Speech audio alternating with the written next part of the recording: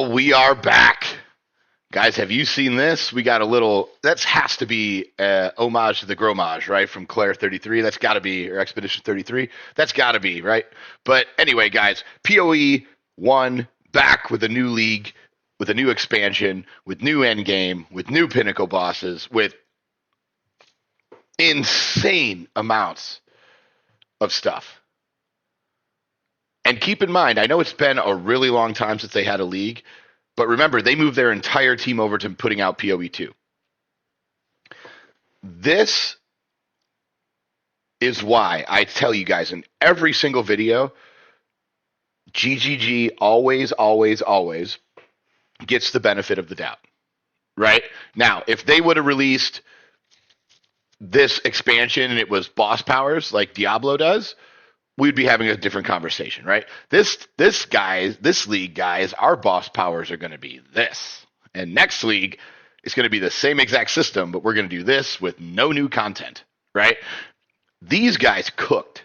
If you didn't see what they're doing with the new endgame like maps, with how they're implementing stuff from King's March, with the rework of Betrayal, with the new pinnacle bosses, all the different uniques, everything that they're adding, completely new unique systems and the mercenary system. Like in one league, they're doing all of this. I can't wait for Friday, guys. This game is going to be so good. While I've got you, though, for a second, what builds are you guys going to be playing? Let me know in the comments below because I want to research and make sure. I'm leaning toward Volcanic Fissure of snaking. However, there are so many people making videos about it that I have a feeling that that gem, because it's a transmuted gem, is going to be bananas expensive. Like bananas expensive to get your hands on, especially early on. Now, I am doing a practice leveling guy, playing some Sunder, and I actually really like Sunder, but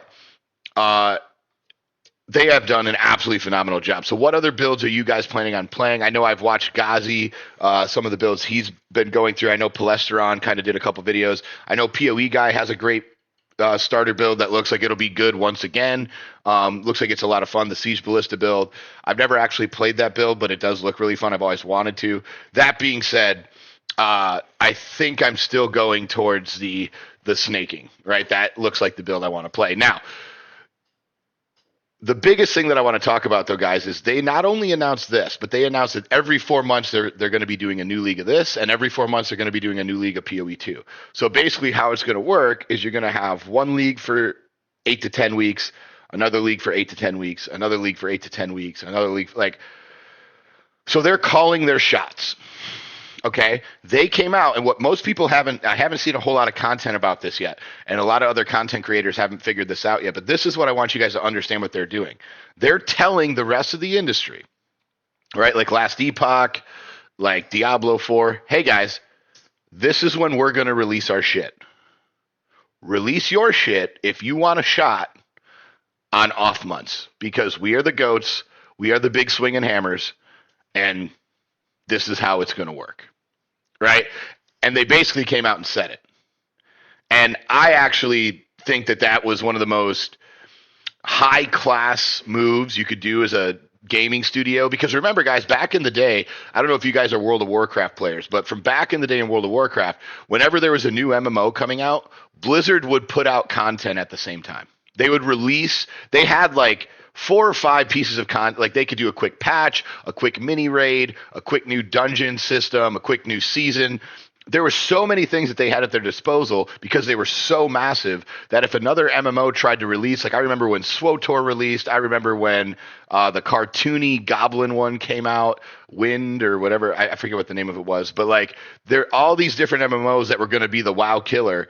They would try to get ready to come out. They would shoot their release date out. Within 2 weeks of them announcing their release date, Blizzard would be like, nah, we're releasing this like a day after.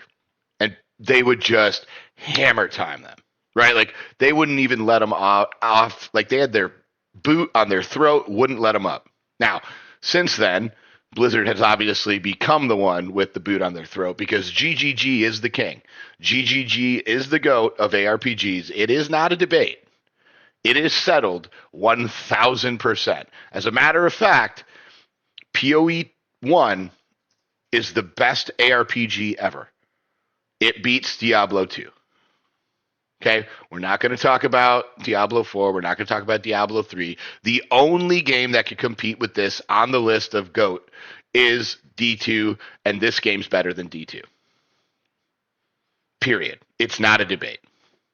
What they're doing, the ability for them to continue to innovate, the ability for them to continue to put out not only new stuff, but great new stuff. Like, and implement feedback and make the game better and better and better and better is unmatched in this industry. And I got to tell you guys, I'm so happy to support this company. I love what they've done. I truly respect it. Like, as somebody who owns a business, I think what they do the best at is they take client feedback, customer feedback, and they sift through it to find the best stuff that they can take and make their shit better than any other company I've ever seen in the gaming industry. Like, it's inspiring to me in the shit I do in my own businesses. Like, it is so good, their ability to say, here's the people using our shit. How can we make that so much better for them that they want to bring in more people to try how awesome our shit is? Like, that's what they've essentially done to build their entire company from nothing to the absolute best in the entire industry. And you have to respect it.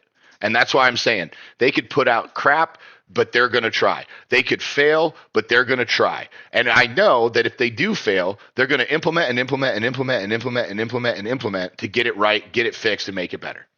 They have proven this every single time. Have they done bad leagues? Of course. Have they taken big shots and missed? Of course. But they win far more than they lose. And the reason they do that is they actually listen to the player base and say, the players really like this, they really like this. What is the point of a video game? What is the foundational primary objective of a video game? To have fun. To get lost playing the game. To not worry about what's going on in real life for an hour or 2 hours and sit down and enjoy yourself playing a game and let your mind focus on something that you can have fun at. That is the purpose of video games. They have not lost that. And PoE 1, this new league, is the prime example of it. Let me know what you guys are playing in the comments. I'm so excited to play this on Friday. Hopefully on Saturday I can stream it for a while for you guys. I am now streaming on YouTube, Kick, and Twitch all at the same time, every single stream. This stream is obviously a little bit different because I'm just recording it for video, so I'm only going to do that on Twitch. But when I'm actually playing games on live stream, I am streaming on all those. I will start to put the links